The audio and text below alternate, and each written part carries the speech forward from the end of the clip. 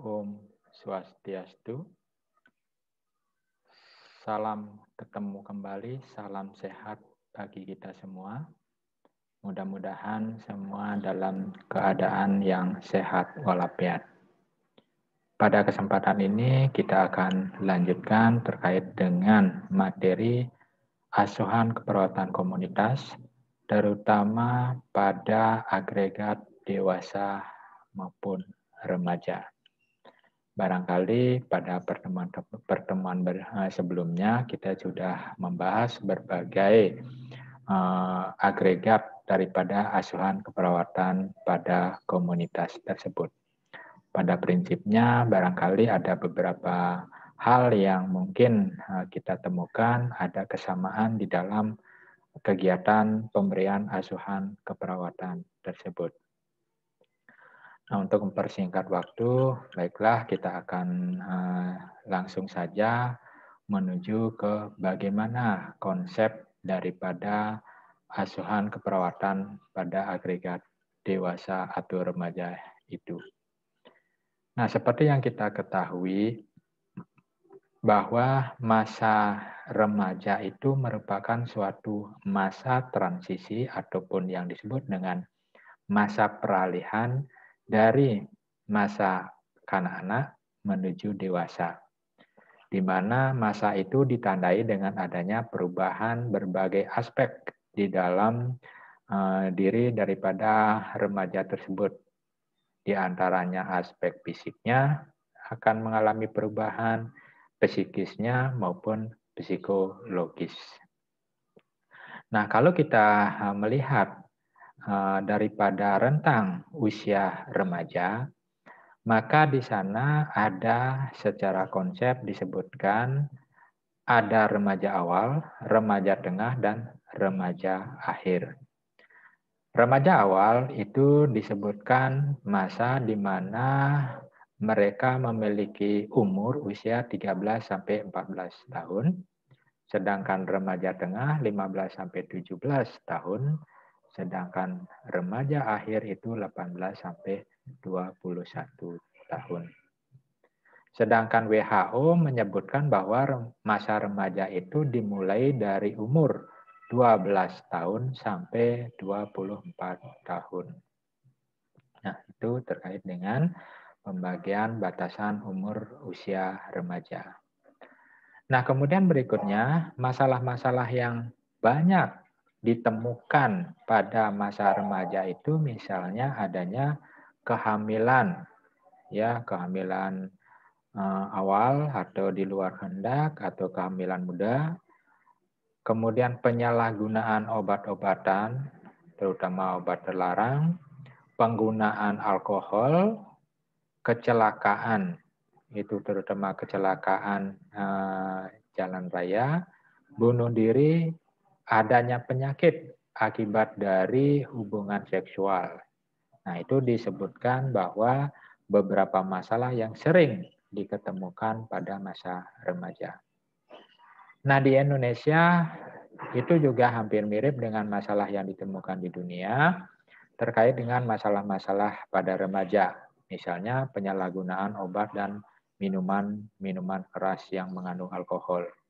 Kemudian adanya kehamilan di luar kehendak atau kehamilan muda, perilaku kekerasan, dan ada beberapa hal yang ditemukan terkait dengan adanya remaja yang malnutrisi. Nah, barangkali itu ditemukan di daerah-daerah tertentu. Nah, pada masa remaja ini seperti yang disampaikan di awal, itu adanya perubahan baik itu psikologis maupun fisik. Nah, perubahan psikologis diantaranya yang dialami oleh remaja itu adalah masalah intelektual, emosi, dan sosial. Ya, jadi terkait dengan emosi yang labil, ego yang tinggi, kemudian bagaimana hubungan dengan orang-orang di sekitarnya berkaitan dengan ego tersebut. Nah, sedangkan terkait adanya perubahan fisik, itu adanya perubahan alat-alat reproduksi daripada remaja. Jadi alat reproduksi baik itu pria dan wanita itu sudah mulai adanya perkembangan yang cukup signifikan ya terkait dengan perubahan-perubahan tersebut. Nah, kemudian masalah-masalah yang lebih spesifik yang ditemukan pada remaja biasanya itu adanya kecelakaan yang menyebabkan terjadinya kematian yang tertinggi pada remaja. Ya, hampir 70% itu remaja kematiannya itu karena adanya masalah kecelakaan, terutama kecelakaan berkendaraan bermotor. Jadi hampir setengah daripada kematian itu dari kecelakaan. Ya, pada usia 16 sampai 19 tahun itu ditemukan oleh Edelman dan Mandel tahun 1994. Jadi kecelakaan yang ditemukan oleh Mendel ini seringkali dikaitkan dengan penggunaan daripada alkohol use. Ya, jadi penggunaan alkohol dan penyalahgunaan obat-obat terlarang seperti narkoba. Kemudian masalah spesifik lain selain kecelakaan itu adalah penyalahgunaan zat. Ya, utamanya bagi remaja. Ya, jadi penggunaan zat-zat yang dilarang yang berbahaya. Terutama banyak ditemukan penyalahgunaan obat-obat terlarang ini pada remaja yang memiliki keluarga yang tidak stabil. Ya, keluarga yang broken home, kemudian single parent dan lain sebagainya. Jadi remaja itu biasanya mereka memiliki suatu kepercayaan di dalam penggunaan zat-zat berbahaya tersebut. Mereka mencoba melakukan itu agar merasa lebih dewasa, lebih matur, lebih matang, lebih gentle dan lain sebagainya, sehingga mereka cenderung untuk menggunakan obat-obatan terlarang tersebut. Ya, tetapi tidak menyadari efek daripada penyalahgunaan obat tersebut. Nah, kemudian yang lainnya masalah spesifik adanya perilaku bunuh diri. Nah, itu disampaikan adalah penyebab kematian yang ketiga pada remaja, terutama umur 15 sampai 20 tahun. Itu dilaporkan oleh Houghton 1990. Kemudian yang lainnya IMS, penyakit seksual menular.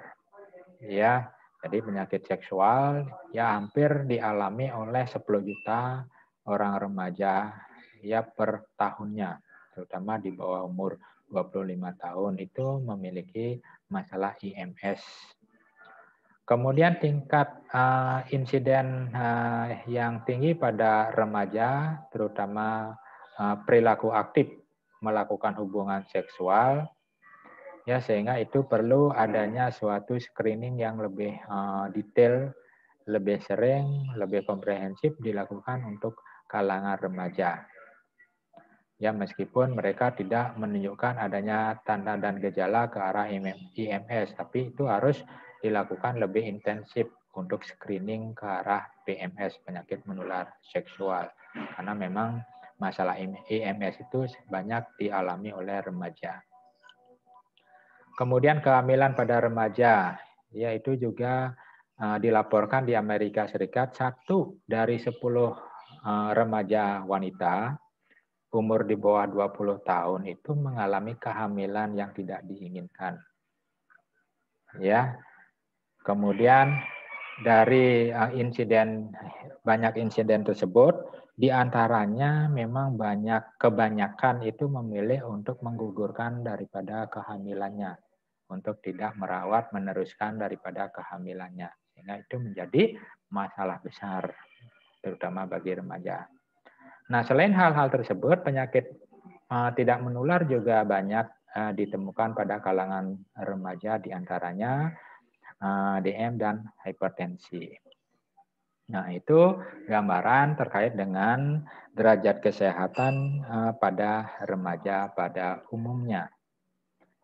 Nah, untuk bisa menangani, memberikan suatu solusi terhadap permasalahan-permasalahan yang sering dialami oleh remaja, tentunya kita sebagai perawat komunitas harus mampu memberikan asuhan perawatan komunitas pada kelompok dewasa tersebut.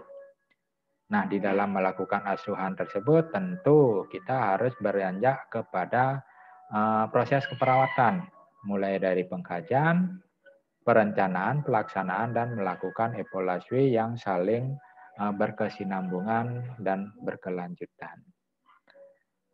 Nah, di dalam memberikan asuhan keperawatan pada remaja itu, di tahap pengkajian, data yang perlu kita kumpulkan diantaranya itu adalah data demografi. Jadi data demografi itu berkaitan dengan berapa jumlah daripada orang dewasa atau remaja di suatu wilayah atau desa. Kemudian dari jumlah orang remaja tersebut, jumlah banyaknya, berapa orang yang memiliki penyakit-penyakit tertentu, jenis kelaminnya mana yang banyak, perempuan atau laki-laki, kemudian umurnya rentangnya dari berapa sampai berapa saja, memiliki pendidikan sampai tahap apa, dan mungkin sampai kegiatan atau pekerjaan-pekerjaan yang dimiliki oleh remaja. Itu sebagian besar itu pekerjaannya apa, atau malah sekolah dan lain sebagainya. Itu yang kita perlu kaji di data demografi. Nah, kemudian terkait dengan pengkajian etnis, baik itu suku, bangsa, budaya, status perkawinan, kalau sudah menikah, tipe keluarga, itu juga perlu kita data lebih spesifik yang nanti kita kaitkan dengan bagaimana sosialisasi daripada remaja tersebut, ada masalah atau tidak. Nah, kemudian pengkajian lainnya berkaitan dengan nilai kepercayaan maupun agama yang dianut oleh remaja di suatu wilayah tersebut. Bagaimana nilai kepercayaan yang dianut oleh remaja, kemudian yang kita kaitkan nantinya dengan gaya hidup mereka. Apakah ada hubungan misalnya mereka gaya hidupnya mengkonsumsi alkohol, itu berkaitan dengan nilai dan kepercayaan yang ada di wilayahnya. Kemudian agama, fasilitas ibadah, organisasi-organisasi keagamaan yang diikuti maupun kegiatan-kegiatan yang berhubungan dengan religi atau keagamaan yang lain yang bisa dilakukan, dikerjakan oleh para remaja. Jadi itu perlu kita lakukan pengkajian. Nah, kemudian selain pengkajian secara umum general, maka selanjutnya di dalam agregat pengkajian dewasa itu kita perlu melakukan pengkajian subsistemnya. Jadi kita mengenal 8 subsistem khusus di dalam pengkajian agregat perawatan remaja. Di antaranya yang pertama itu adalah pengkajian lingkungan fisik. Ya, misalnya lingkungan rumah di mana tempat remaja itu tinggal, baik itu dari lingkungan kebersihannya, kemudian aktivitas daripada orang-orang di sekitar tempat remaja itu tinggal, kemudian semua itu bisa dilihat dari teknik atau cara pengumpulan data dengan teknik Winset Survey ataupun melalui observasi berkeliling di wilayah tempat tinggal remaja yang kita lakukan asuhan tersebut. Nah, selain secara observasi melalui Winset Survey, kita juga perlu mendengarkan aktivitas-aktivitas yang dilakukan oleh remaja melalui tokoh masyarakat, mungkin juga kader, ya, yang ada di wilayah tersebut. Jadi kita menanyakan dan mendengarkan kira-kira aktivitas remaja itu ngapain saja, mungkin nongkrong-nongkrong pada malam hari, merokok, alkohol, dan lain sebagainya. Itu kita perlu dengarkan dari tokoh-tokoh maupun kader-kader tersebut. Kemudian adanya kebiasaan di lingkungan remaja yang tentunya kebiasaan-kebiasaan tersebut yang kurang baik yang bisa mempengaruhi derajat kesehatan para dewasa. Misalnya merokok, minuman keras, kemudian penggunaan zat-zat terlarang, narkoba, dan lain sebagainya. Itu terkait dengan lingkungan. Kemudian yang kedua, subsistem kedua adalah pelayanan kesehatan dan pelayanan sosial. Jadi yang perlu kita kaji di sana adalah ketersediaan pelayanan kesehatan yang ada di wilayah tempat tinggal remaja tersebut. Kemudian bentuk pelayanan kesehatan yang ada, apakah ada kalau kita di Indonesia posbindu remaja itu misalnya untuk kalangan remaja. Kemudian apakah terdapat pelayanan konseling yang ditujukan kepada remaja secara khusus? Nah, itu juga perlu kita tanyakan, perlu kita dapatkan datanya terkait dengan pelayanan kesehatan dan sosial. Kemudian spesifik berkaitan dengan masalah-masalah kesehatan yang dialami oleh remaja, tentu bisa kita kaji kebutuhan-kebutuhan atau masalah-masalah yang sering dialami oleh remaja itu melalui instrumen kuesioner ya, yang kita berikan kepada remaja untuk menjaring masalah kesehatan apa yang sering dilakukan dan masalah apa yang kemungkinan bisa muncul ya, dilihat dari sisi masalah kesehatan. Nah, kemudian lanjut yang ketiga, subsistem ekonomi ya, terkait dengan pekerjaan maupun pendapatan yang dimiliki oleh remaja untuk memenuhi kebutuhan hidup sehari-harinya. Apakah remaja itu sudah bekerja, apa jenis pekerjaannya, penghasilannya seperti apa, apakah cukup untuk membiayai menopang kehidupan daripada remaja tersebut. Kemudian subsistem yang keempat, politik dan pemerintahan, di mana yang perlu kita kaji adalah bagaimana keikutsertaan daripada para remaja di dalam kegiatan-kegiatan keorganisasian sosial maupun organisasi politik yang ada di lingkungannya. Kemudian apakah remaja itu membutuhkan suatu tempat, ya, organisasi kemasyarakatan untuk mewadahi daripada kegiatan-kegiatan remaja di suatu wilayah, misalnya Karang Taruna, Taruna-Truni, dan lain sebagainya. Jadi itu untuk bisa mengantisipasi, mewadahi, dan mencegah terhadap terjadinya masalah-masalah perilaku yang kurang baik yang ada di kalangan remaja. Kemudian secara politik pemerintahan juga kita lihat bagaimana kebijakan yang dimiliki oleh pemerintah untuk meningkatkan derajat kesehatan daripada orang dewasa. Apakah ada program-program tertentu yang ditujukan kepada orang dewasa maupun remaja ini yang dibuat oleh pemerintah. Nah, kemudian subsistem yang lain yang perlu kita kaji adalah bagaimana keamanan dan transportasi. Jadi yang perlu kita dapatkan datanya bagaimana cara daripada remaja itu untuk melakukan mobilisasi. Ya, jadi apakah mereka berpergian dengan kendaraan tertentu, misalnya kendaraan pribadi, umum, sewa, dan lain sebagainya. Kemudian apakah ada pelayanan perlindungan khusus yang tersedia untuk remaja ya di dalam memenuhi kebutuhan sehari-harinya. Itu untuk keamanan dan transportasi. Dan yang keenam subsistemnya adalah komunikasi. Nah, untuk melakukan komunikasi antara remaja dan orang-orang lain yang ada di komunitas, apakah remaja itu menggunakan media komunikasi ya untuk memperoleh informasi maupun pengetahuan, apakah media sosial, apakah melalui internet, apakah datang ke tempat-tempat tertentu dan lain sebagainya. Jadi perubahan-perubahan yang dimiliki oleh remaja, baik itu perubahan fisik dan psikologis, serta masalah-masalah yang lazim yang terjadi pada dewasa, itu bisa didapatkan solusi pemecahannya dari informasi-informasi apa. Ya, seperti tadi, apakah media sosial, diskusi antar remaja, antar organisasi, kemudian lintas sektor, dan lain sebagainya. Jadi bentuk-bentuk komunikasi apa yang dilakukan oleh remaja untuk mendapatkan informasi tentang kesehatan. Kemudian yang ketujuh, subsistem yang lain adalah pendidikan. Jadi berkaitan dengan status pendidikan baik itu secara formal maupun non formal yang dimiliki oleh remaja maupun orang-orang dewasa yang ada di tempat tinggal tersebut yang dilakukan asuhan keperawatan. Ya, jadi istilahnya level pendidikannya sampai tingkat berapa dan lain sebagainya.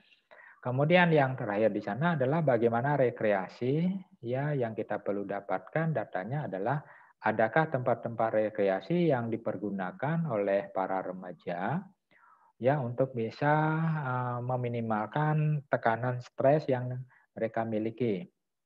Kemudian selain rekreasi, mungkin adakah tempat atau sarana-sarana untuk mengembangkan bakat dan minat yang dimiliki oleh remaja?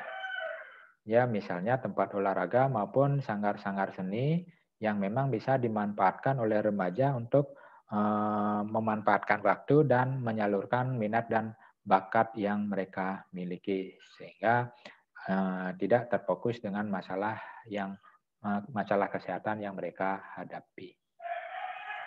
Nah, setelah kita melakukan pengkajian, tentu di dalam asuhan perawatan kita perlu melakukan suatu analisa data yang tepat berdasarkan data-data yang kita dapatkan saat pengkajian. Ya, misalnya di analisa di sini ada analisa data baik yang kita kelompokkan, baik data subjektif maupun data objektif, yang tentunya setelah kita kelompokkan data tersebut, tentu kita rumuskan masalah kesehatan yang muncul pada remaja tersebut. Ya, nah misalnya masalah kesehatan yang dialami, misalnya sekian persen remaja itu memiliki kebiasaan merokok, sekian persen minum minuman, kemudian sekian persen pernah menggunakan zat-zat terlarang.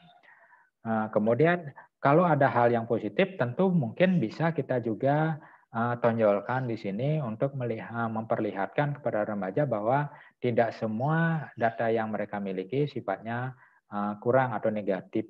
Ya, misalnya remaja itu sudah bisa mengungkapkan bahwa mereka itu bisa melakukan olahraga secara baik karena memang didukung oleh fasilitas yang ada di sekitar tempat tinggal mereka. Ya, nah jadi itu analisa datanya. Kemudian setelah dianalisa tentu kita membuat suatu perencanaan yang spesifik ya berdasarkan dari format tabel yang perlu kita sepakati di sini. Ya, misalnya di sini apa diagnosanya, terus tujuannya baik itu tujuan secara panjang, tujuan jangka panjang maupun tujuan jangka pendeknya, apa rencana tindakan yang bisa dan akan dikerjakan, siapa sasaran daripada kegiatan tersebut, berikutnya metode apa yang kita gunakan yang tepat di dalam melakukan rencana ini, kapan waktunya, kemudian di mana tempat dalam melaksanakan rencana tersebut. Nah, sehingga komponen-komponen inilah yang perlu kita sepakati dan perlu kita buatkan di dalam membuat suatu perencanaan asuhan keperawatan agregat remaja di komunitas. Nah, jadi ini adalah salah satu perbedaan main poinnya ketika kita melakukan asuhan keperawatan komunitas agregat dewasa dengan asuhan-asuhan keperawatan yang lainnya. Nah, tentu sebelum evaluasi setelah direncanakan, maka selanjutnya tindakan yang dikerjakan tentu sesuai dengan rencana yang sudah disusun. Jadi kita berupaya melakukan tindakan sesuai dengan apa yang direncanakan. Ya, karena memang itu sudah benar-benar dibicarakan dengan spesifik untuk memenuhi semua kolom daripada format di rencana tindakan yang akan dibuat. Sehingga pelaksanaannya menyesuaikan dengan rencana, maka setelah kita lakukan tindakan, tentu kita harus bisa mengevaluasi sejauh mana keberhasilan daripada asuhan keperawatan, terutama pada agregat orang dewasa atau remaja ini kita bisa lakukan. Jadi evaluasi ini sama dengan evaluasi asuhan keperawatan yang lain, proses keperawatan yang lain melalui SOAP, jadi SWOT. Jadi subjektif, objektif, analisa, dan adakah planning yang bisa kita lakukan lebih lanjut untuk kita kerjakan di dalam memecahkan masalah yang belum teratasi tersebut. Nah, barangkali ini yang bisa saya sampaikan terkait dengan proses keperawatan, asuhan keperawatan komunitas pada agregat remaja dan dewasa. Nah, barangkali kalau memang ada hal-hal yang kurang jelas, ya tentu kita akan diskusikan pada kesempatan setelah ini. Silakan nanti kalau ada hal yang kurang jelas tersebut untuk diajukan pertanyaan untuk kita selanjutnya diskusikan lebih lanjut. Demikian semuanya. Terima kasih atas perhatiannya. Saya akhiri dengan Paramasanti. Om Santi, Santi, Santi, Om.